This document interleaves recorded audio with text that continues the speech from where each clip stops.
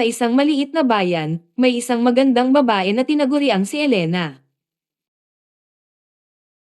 Sa araw, siya ay isang simpleng babae na nagtatrabaho sa palengke, ngunit sa gabi, siya ay isang mapanganib na nilalang isang manananggal.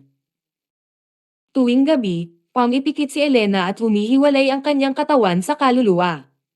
Nagiging isang malaking kaluluwa ang kanyang itinaboy na may malaking pakpak, at nilalakad sa gabi para humanap ng kanyang biktima. Tinatahak niya ang madilim na kalsada, naghahanap ng isang tao na mapapalaban. Ngunit sa kabila ng kanyang pagiging manananggal, may puso pa rin si Elena. Sa loob ng kanyang puso, mayroong kirot at pagnanasa na maging normal na tao at makahanap ng tunay na pag-ibig. Hindi niya gustong maging ganito ngunit ito ang kanyang tadhana. Isang araw, habang siya ay naglalakad sa kalsada, nakilala niya si Juan, isang binatang nagtatrabaho sa simbahan. Sa kabila ng takot at pangamba, minahal ni Juan si Elena ng buong puso.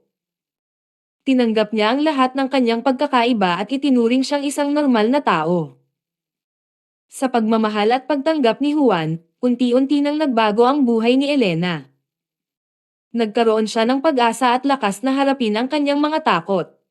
Sa paglipas ng panahon, natutunan niyang kontrolin ang kanyang pagiging manananggal, hanggang sa wakas ay natapos ang kanyang sumpa.